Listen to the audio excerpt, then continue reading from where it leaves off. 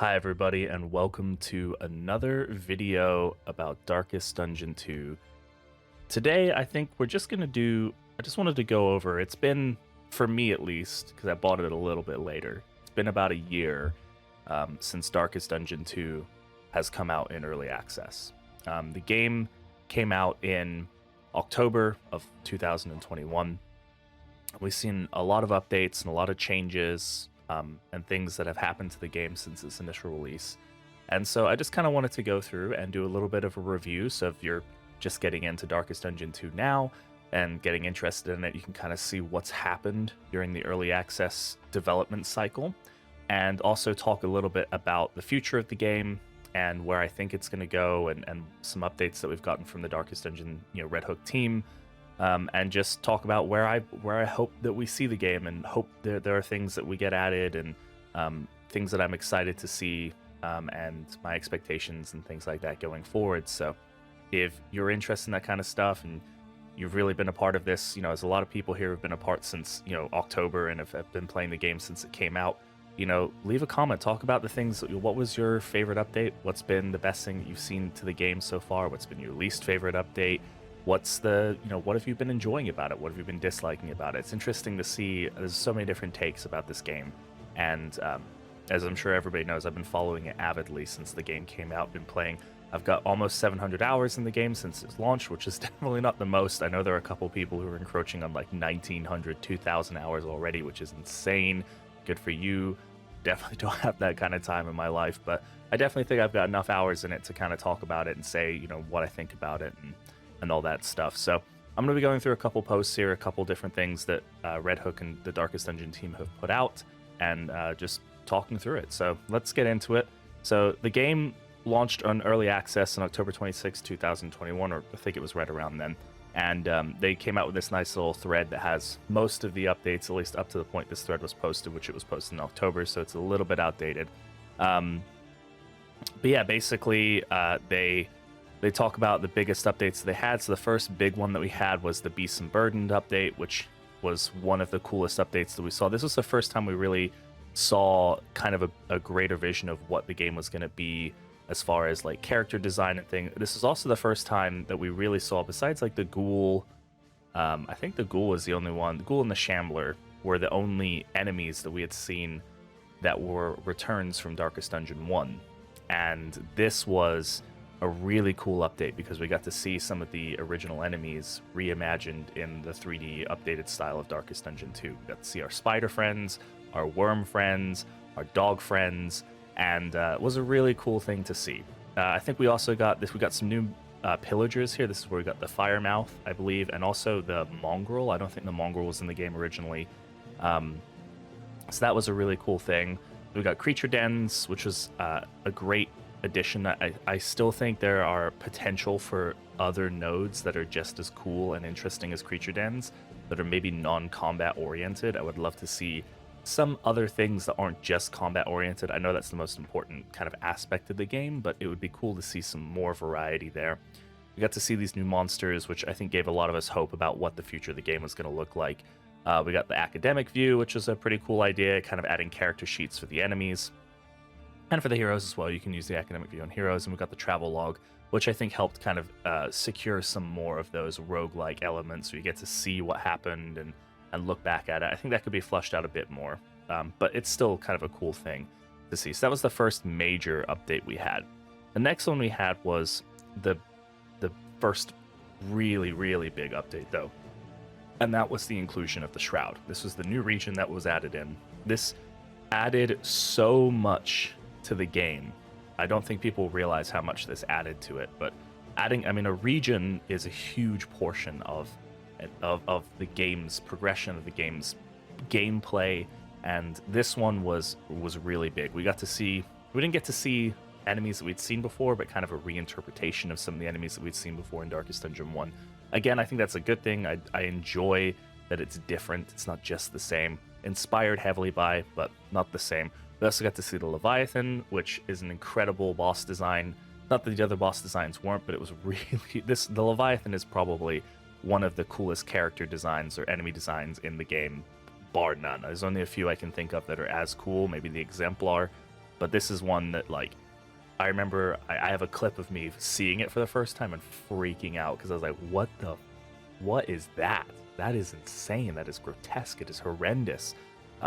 This area also added a couple new things that I would love to see included elsewhere in the game. One of the big ones being the environmental effects of the fog or the Leviathan's breath. I think that's something that's very interesting. I think it definitely is still a bit overtuned, but it'd be really cool to see something similar in the other regions to give them a bit more depth and character. This area has a lot of character because of that. It has a modifier that you always have to be cautious of. You have to be thinking about. You have to prepare for, and I would love to see a bit more like that in other regions. This was a really cool addition. Definitely an interesting take on this kind of region. It wouldn't be what I expected. These giant boardwalks and things. It's like Fisher Town in the water. Very, very cool take there. So, and this is also where we opened up Act 2. So this is our first time seeing what the acts were going to be like, the differences between the two acts. We started to realize that I don't know if were ordainments launched yet. I don't know if ordainments were launched yet, but we did get to, I don't think they were actually. But we did get to see the second boss and kind of figure out, oh, this is going to be harder. I think I remember when the second boss, people started getting to it, we were all like, this is hard. A lot of people were dying. There were a lot of complaints about it. The boss has been balanced a lot better since then. It's a lot more fun to fight. It's still really tough, but yeah, this was an interesting one. So very, very cool. This was a great update. Had a lot of fun with this one. And then we move on to the Trinkets and Baubles update. And this is an underappreciated update. I think this is one of the updates that definitely put the game into a much more playable state. Lots of new content is great, but game balance is imperative. And the way that Trinkets were in the game before this, where they were abysmally boring, right? They were pretty much all positive. It was just you put Trinkets on because they were good. It was just giving you plus blight resist, plus bleed resist, plus burn resist. There was nothing else. There was no addition to it. It was just increasing damage. It was just increasing crit chance. It was just increasing your debuff resist or whatever the case is. And so the Trinket kind of play in the game before this was really, really dull because it pretty much just rolled down to you took damage and crit trinkets. If you found them, you got them, you put them on your team. Like, that was it, right? Every trinket had 3 variations pretty much, and it was just each one was slightly better. So you had the minor, the regular, and the greater, which they've changed that a lot since then. A lot of them are now just the greater version or just the one version. Before we had like 3 Ravens Reaches, now we only have the 1. Before we had 3 Gnarly Knuckles, now we only have the 1. And now this is where we started getting kind of back to the Darkest Dungeon 1 days, where trinkets came at a cost, which I think is a really, really important aspect of how Darkest Dungeon, where at least most of them did, is that, you have to make kind of a strategic decision here and say, well, I'm risking this, but I'm getting that. And for this character, that's very important. Obviously, there's some trinkets that are only positive, which are mostly just like the rare indelible trinkets, which is good. Yeah, those are hard to find trinkets, and they have pretty much most of them are all positive. Some of them have some negative side effects, but they're usually pretty much well offset by the bonus. And this was just a really, really good balance to the game. It made the game feel a lot more strategic, and I think this is a great example of how it's not a very flashy update. It's not a new region. It's not new enemies. It's not a new boss. But it was one of the most important, if not maybe the most important update of these 3 that we've seen, as far as just making the game more playable, more fun, more dynamic. So very, very good to the team there. The next largest one we got was the Oblivion's Ingress update. This was a bit of a controversial update. We got the Exemplar, we got the Herald, we got the Altar, all very good characters.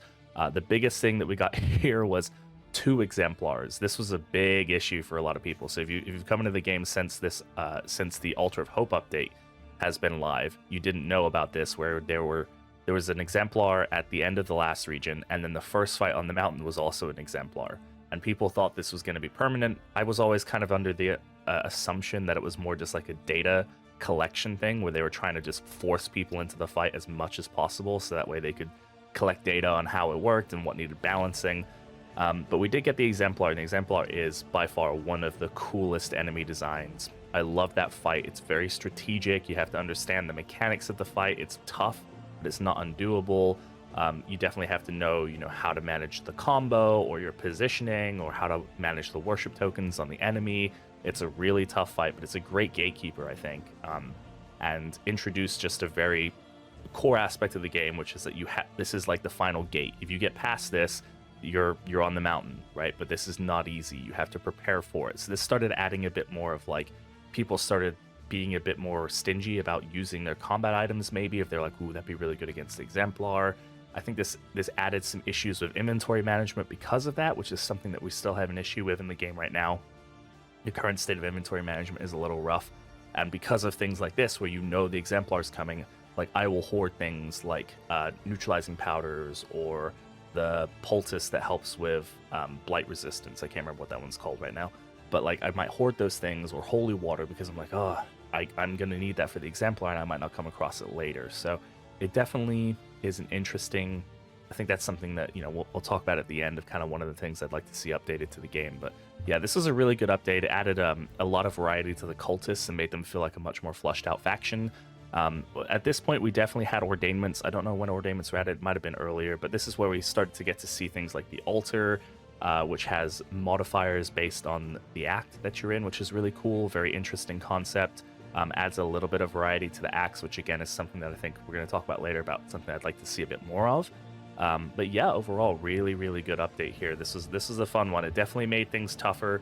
This has gone through a lot of iterations about like how the cultist fights at the end of each region spawned in. They used to be one way, now they're a different way. They used to be a bit more random, now they're much more solidified, so you know what you're going to go fight every time. Oh, excuse me, it's cold. It makes my throat all rough. But yeah, so this is a really good one. I'm definitely glad to have the Exemplar added. Then we come across the largest update, in my opinion, to the game, and probably the single most important one that we've had so far, and that is definitely the Altar of Hope. This has dynamically changed the game in almost every aspect, and this is where we got Candles of Hope. This is where we got the meta progression. So before this, we had a linear progression where at the end of the run, you got points based on how far you went and what you did, how many enemies you killed, how many bosses you killed. Similar to Candle stuff, but it was just a point system. You didn't have to hoard anything or collect anything.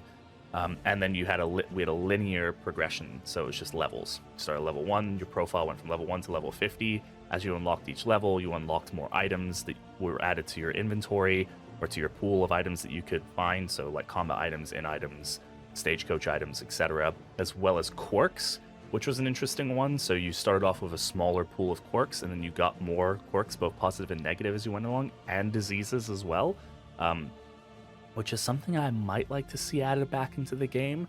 I don't know, it seemed kind of smart to have new players have kind of a limited pool of like quirks, both good and bad, so that way they weren't like dealing with kind of the really nasty ones, and then by the time you were fully upgraded, you were dealing with the best ones. Like Deathless was the last one you unlocked, because that one's busted. But you'd also, like, towards the end, you were getting things like Shattered Will and Doomsayer unlocked as well, which are really, really negative, but at that point you kind of understood how to handle those things. So that might be something, I don't know, that might need to be added back into the altar. I think it definitely helps new players, but yeah, this was huge. This added the whole like new hamlet thing, which was the timeless wood and the working fields and the coast and all that stuff, and unlocking all those things. And I think that it does need a little bit of work still, but very, very big. This is a huge indicator of what the game was going to be like in its finished state. This was also adding in the kind of the grind part of it, which, I know some people dislike, but it's kind of part of the roguelike experience. It definitely probably is a little too much of a grind. It could be balanced, especially with the way that candles are accrued. At least they go up to stacks of 3 now. They used to be stacks of 2. With the inventory issues in the game currently, it was definitely very, very tough as like a new player to be able to get a decent amount of candles, especially since you were probably not making it past the Exemplar on a consistent basis. But still, this is very fun. This is a great update to the game. I think this has added a lot of character to the game. It's added a much larger room for growth. It was very limited before. Like, I didn't really see where it could go. This has added in like they could add new buildings, or they could make more things in each of the buildings and different kinds of upgrades and more dynamic upgrades. So we still got things that we haven't even seen yet, like pets and skins and all sorts of other stuff that I'm sure will be added to this. And they have that ability to do now. So this was a very, very good update. Very excited about this one. We also got the bounty hunter with this as well. Again, one of the more controversial updates, I would say. A lot of people very upset that they couldn't get the bounty hunter as a regular playable permanent hero.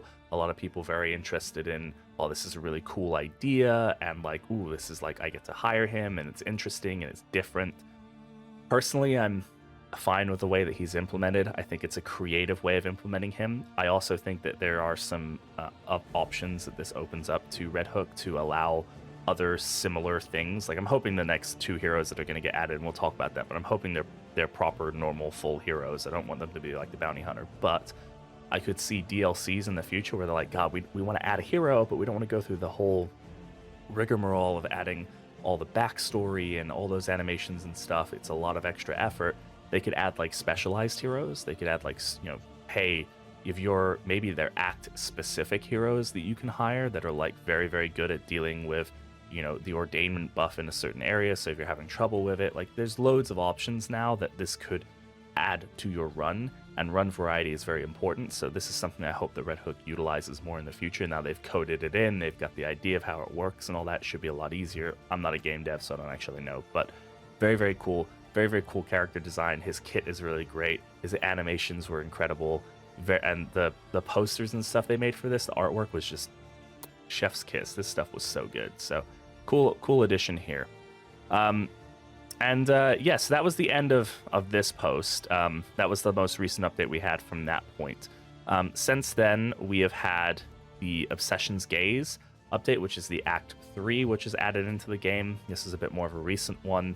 The new boss was added, the Focused Fault, and the new kind of ordainment and altar buffs and things like that. Beyond that, there wasn't too much that was added into the game at this point. It's cool to see the next act. I think, again, we'll talk a little bit about the future of the game. I think this is still a concern of some people, is kind of the variety between acts. This boss is still currently in a state that a lot of people are upset with, so we'll have to see how that gets balanced. But then again, the Psy was also in a state like that for like 5 months, so who knows? We'll have to see. And then the most recent one that we've gotten is and we've talked about this one a lot, but that would be the Void Between Us update. This is the relationship rework that we just recently got. And I've talked a lot about this one recently, so I'm not going to harp on it too much. Some people still need some balance. I think it's definitely a lot better than the old system. I think this, again, adds a lot of depth to the game. It adds a lot of room for growth, which I think is the most important thing, especially a game in early access. It needs places to go. Otherwise, it's going to get stuck and it's never going to grow. So very, very cool there. So that's pretty much all the updates we've had this year, in the last year plus, so year and a few months. Definitely been getting an update. I think like every 4 to 6 weeks, it seems we're getting an update. Pretty good job. I mean, Red Hook has been on this. They have a storied history of working well in early access of Darkest Dungeon 1. I'm very hopeful for where this game is going. So next, I kind of want to talk about the wrap-up. They put out this note a little while ago, about 10 days ago, where they talked about kind of the year in review. So this was posted when they did the Void Between Us update, and they're just talking about kind of the Void Between Us, but the biggest thing in this, and the biggest milestones here, is that the game has been pushed back, been delayed, right? So originally it was slated for February 2023. Anybody who's been following the game as religiously as I have, or even just casually, has probably realized that this was going to happen. It is upsetting, of course. We all want the game to be released, but I think that it's a necessity, right? They've made a lot of promises about what they're going to include in the game, and I would rather they keep the promises and push the game development out 6 months. Hell, I would hate to see it go another year, but they got to do what they got to do to make the game proper and give the team the time they need to make it a proper flushed out thing. Like early access is as it can. We've definitely seen games that get stuck in early access for their entire lives, and I don't want to see that with Darkest Dungeon. I want to see it go and do things and be well. And as long as they're constantly making those updates, then I have no worries with them keeping it in early access, because it means the team is actively working on it. They're pushing things out. They're trying to get it into its finished state. So I'm fine with this. Right now, they've got it slated to be Q2 next year. So they've pushed it out by about 3-4 months, which isn't huge. You know, it could be, you know, that this. I think I'm thinking realistically, it's probably gonna be like Q4 next year, if I'm entirely honest. But who knows? Just kind of depends. A lot of the updates, like the relationship rework, and I think also the driving update, which we'll talk about in a second. I think these are reworks that weren't originally slated into their time frame. I think especially the relationship rework has been a huge rehaul that was kind of something they probably weren't anticipating, because otherwise they would have made the relationship system the way it was before. I think they had the intent to keep the old system, and then they heard people's feedback and they were very, okay, we need to make a change, and they made a large change, which good for Red Hook. They didn't just like tweak a few things and then say it's done. They worked on it and they created a new system, and I think that added a lot of time. So just to kind of cap this off, they said first thing in January we'll be launching the new relationship system to the main branch on EGS. So this is going to be probably like mid-January, like second week of, probably like the second week of January once everybody's kind of back. And then future updates will bring exciting driving changes, which is something we're going to talk about a little bit more in a second. Playable heroes, everybody's super excited for this, and more. More could mean a lot of things. I'm going to go through kind of the list of what things we still have to expect from the game, at least according to the most recent roadmap. So we'll take a look at that. We are excited to make Darkest Dungeon 2 a truly standout experience, and we want to thank our community for great feedback and support throughout our ongoing early access road trip. So just again, I've reiterated this on a couple times. If you have points that you would like Red Hook to see, post them, talk about them in a constructive way, right? I see a lot of posts like game bad, sucks, delete. Like that doesn't help anybody. If you're actually interested in helping this game grow into what it can be, go onto the Discord, go onto the Reddit, go into YouTube videos like this one, post your comments and thoughts. I know Red Hook reads them, they read all of them, they want to act on all of them, but you can definitely have influence. I know we've had influence on them. I mean, the relationship rework has been a great indicator of what this team is willing to go through in order to make its player base happy, right? I know some people don't like the new update, but nobody's ever going to be happy. Not everybody's going to be happy all the time. So, moving on, let's talk a little bit about the things that we are still yet to see, and then I'm going to talk a bit about what I hope that we still have coming, right? So, progression, we've already had this one done. This is, by the way, this is the community update 2. This is our most recent roadmap. If you're using the very, very old, like actual roadmap where they like drew a road, that's no longer relevant. This is the most recent one. This is from May of last year, so or May of this year. It's almost next year.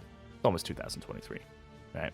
So we've already had the progression update. We've already had the relationships update. This is the driving update they've talked about. So stagecoach sequences mirror the walking in Darkest Dungeon 1, but we recognize that the tension of stumbling onto a trap, the possibility of blockage, ambush, etc. is missing from the current roadways.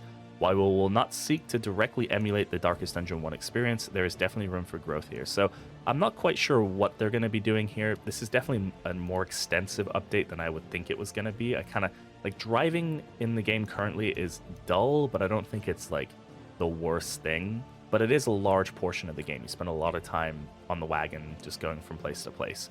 So I'm hoping that they can add in something that makes it a bit more fun. I'm definitely like things like scouting right now is like a mechanic that's like not properly utilized, I don't think, because you can just get watchtowers and scout everything. You get the like quirks that aid with scouting for like a joke. So I definitely want to see, I want the feeling of Darkest Dungeon 1 hallways in some essences somehow. I mean, I want it in the Darkest Dungeon 2 way, but I like the Darkest Dungeon 1 hallways, they still felt like part of the game. They felt like, you know, yes, it was a bit of a lull between fights, but it was still like tense. It was still important. There were still things that happened on the road that definitely mattered, or in the hallway that definitely mattered. I would love to see a bit more of that on the road, because right now all the road is, to me, is just time that my characters can yell at each other and get more stressed, which is something that happened in Darkest Dungeon 1, but they were also like, you could find things and you could get loot and stuff. And while you can do that in Darkest Dungeon 2, it just feels like a weird mini game where you're just careening around and trying to get stuff, and maybe you get lucky of RNG. In Darkest Dungeon 1, it was less RNG based. Like if you found something and you had something that interacted with it the right way, you would get something good for it, or you would remove a quirk, or you would increase your torchlight, whatever the case may be. There needs to be something probably not as in depth as that. I don't think that's possible without slowing the game down dramatically, like increasing the length of the gameplay a lot, which is definitely something we don't want to see. But it's going to be interesting. I don't really know what they're going to do with this. So this is the thing we're going to be getting here. This is just talking about how they're going to be updating things. We've already had the environmental art update. I'm hoping there are continuous updates to the environmental art, like the embark screen. This is talking about the additional changes to each of the region where they added in like the sub biomes. I don't know why they call them that, but this was like the Tangle getting the deep wood, the Sprawl getting the sewers, etc. Things like that. This is talking about the cultists. The other thing here is the return of the Collector. So if you haven't heard this already, the Collector is coming back. It is a confirmed mini boss, so it'll be interesting to see how he's implemented. I think this boss, I'm hoping that we get a more variety of collected heads. I would love to see, this is my own thing I'd love to see. I would love to see every single one of the playable main heroes, maybe not the bounty hunter, have a head that's added into the game, and that the collector will only be able to pick from heads that aren't currently in your roster. So that way we're not getting that thing where it's like Dismas versus Dismas, or there's like 3 Dismas heads or whatever. I just never really liked that in the first game. I understand that's kind of part of the theme of like going through like a cycle and all this stuff, and but it'd be cool to see. I don't know how much. I mean, that's gonna be a lot of work because they'd all need their own items and or actions and animations and things like that. I don't know if that's going to be how it's going to be, but it'd be interesting to see how that fight plays out. And then there's also another mini boss that's coming that we don't know what is. So hopefully something brand new that we've never seen. I really don't want to see the Shrieker again. Please don't give me the Shrieker again. This is talking about some other things. So let's see what we've got. We've already had trinket improvements in third hero paths. We've already had the cultist reinforcements. We've already had the new progression system. New hero 1 was the bounty hunter. We've had Act 3 added. So things that we're still waiting on. Act 4 confession boss.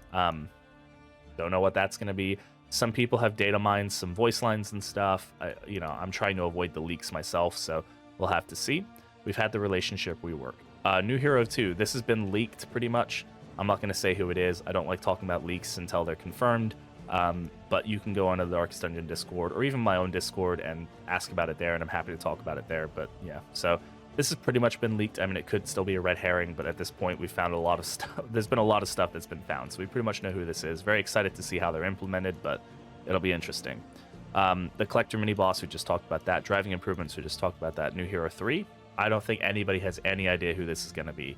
New, old, something entirely wacky, who knows? So we'll have to see what that's about. Secret mini-boss, haven't heard anything about that either, so interested to see if this is another roaming mini-boss, or if this is like something more specific. Could even be, a lot of people have been asking for a mini-boss to be added to like the sluice. I know like Wilbur is in there, but he's not really a boss, so who knows. Pets, this is an interesting one. This is one a lot of people have speculated about. I have no idea how this is going to be implemented. I'm hoping that it's more in depth than just like a thing that gets added to your cart and it just looks cute. I'm hoping that they have modifiers that affect your run, in interesting ways, because that's the important thing about roguelikes, is you need dynamically different runs in order to keep you interested as a player. Hero skins being hero origin skins playable. So they're talking about the ones that you have in like the their background stories, the shrine stories and stuff. I'm hoping that more skins get added eventually. It was just a fun thing in Darkest Dungeon. I mean, obviously it's maybe a little less important because in Darkest Dungeon 1, if you had 4 Hellions, it kind of helped to distinguish what they look like. But it's still cool. I mean, plus Dismas's like prison skin, dude looks cool as hell in that, so it'd be interesting to have. And then Act 5 confession, and more. So a lot of things that we still have to see. This is why the game has been pushed back. And we've got 2 new heroes, we've got 2 new acts, we've got driving updates, we've got 2 new mini bosses, pets, and probably a slew of other changes. Things that I personally would really like to see added.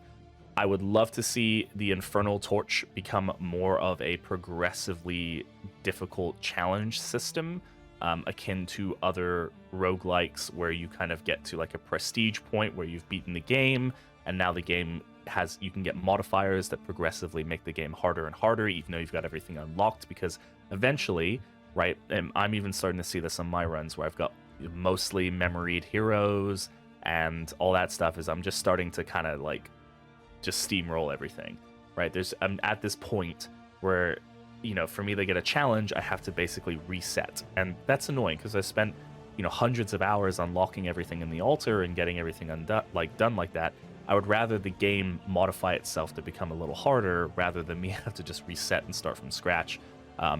So something like that would be very, very good. I think that definitely is needed for the longevity of the game. Another thing I would really like to see personally is more variety between acts. It doesn't need to be much. It could be maybe the biggest one I would love to see would be an enemy faction, like the Pillagers or the Gaunt, that can show up in all the regions. That is like specific to that act. I guess that's the Cultists because they do kind of change based on the act you're in. If that's the case, I would love to see more variety in the Cultist fights. Like, make them drastically different. Don't just throw some taunt tokens out and call it. I want to know that I'm in a different act, because right now, right, it's very hard to tell what act you're in unless you're looking at the ordainment buff or you're looking at the things the altar is doing.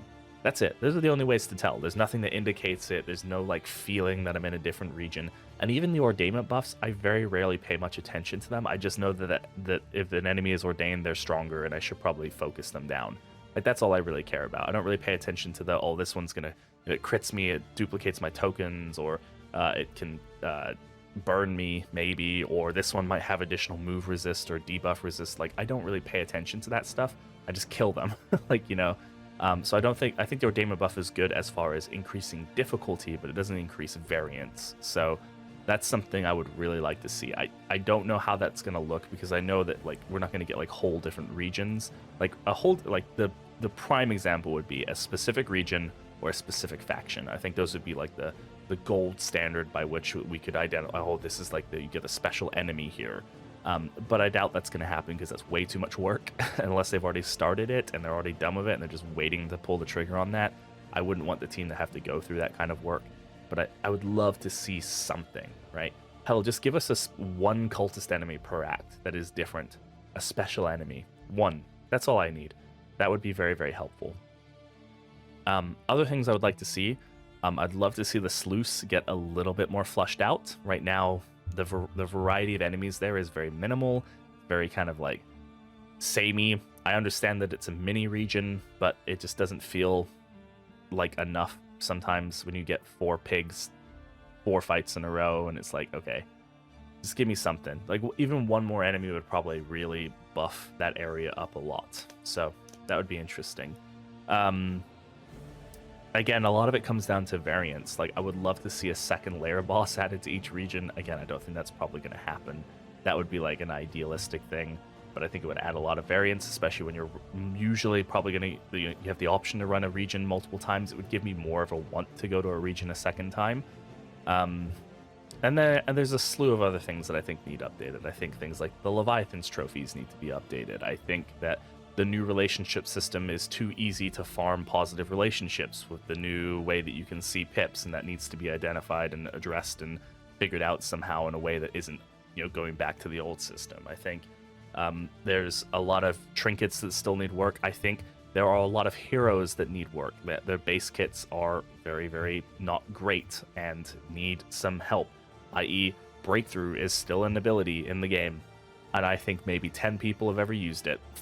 So, I think people use it the time they get it after the shrine, and then they go, yeah, I'm never going to use that ability again. So, like, that needs some help. Like, Ounce of Prevention. Bring back stress healing for Ounce of Prevention and give it a stress threshold, please, because nobody's using Ounce of Prevention right now. Even on Physician, even with Storage Room Key, nobody's using Ounce of Prevention. I just think that things like that need to be added back into the game and updated and whatnot. And I know a lot of it's going to get changed and updated. Who knows? But overall, I think it's been a really good year for Darkest Dungeon 2. I think the game has come a drastically long way. I think it is in a very, very good state right now. I think it is in a much better state than it used to be, and I can only hope that we continue in that direction. Definitely isn't perfect. I don't think it ever will be perfect, but it's definitely on its way. So just wanted to say, kudos and thank you to the Red Hook team. If any of y'all are listening to this or watching this, thank you so much for creating such an amazing game. Thank you so much for being so appreciative of the feedback that people like myself and other players have given and listening to us and talking about it to us. And I hope everybody at Red Hook has a great holiday. For everybody on my channel, hope you all have a great rest of your holidays. I don't know how many videos I'm going to be posting over the next couple days just because it's Christmas time and I'm going to be spending time with family. But thank you all for a great year. This channel has done amazing. It's blown up, right? We were at like 200 subs like 6 months ago, and now we're already pushing 700. So thank you so much. If you're not already subscribed to the channel, it would super help me out. We're trying to get 1,000 so I can apply for YouTube Partner. It'll make a big difference to help me out a lot. So if you're not subscribed, please consider doing so. Also, if you just want to come hang out, come check out the stream. I stream Darkest Dungeon 4 times a week. So if you Darkest Dungeon 2 specifically, if you're interested in that, then yeah, come check it out. And yeah, let's hope for a good new year and a lot of great updates to the game, and that this continues to be the next best thing. So thank you all for watching. I'll catch you all.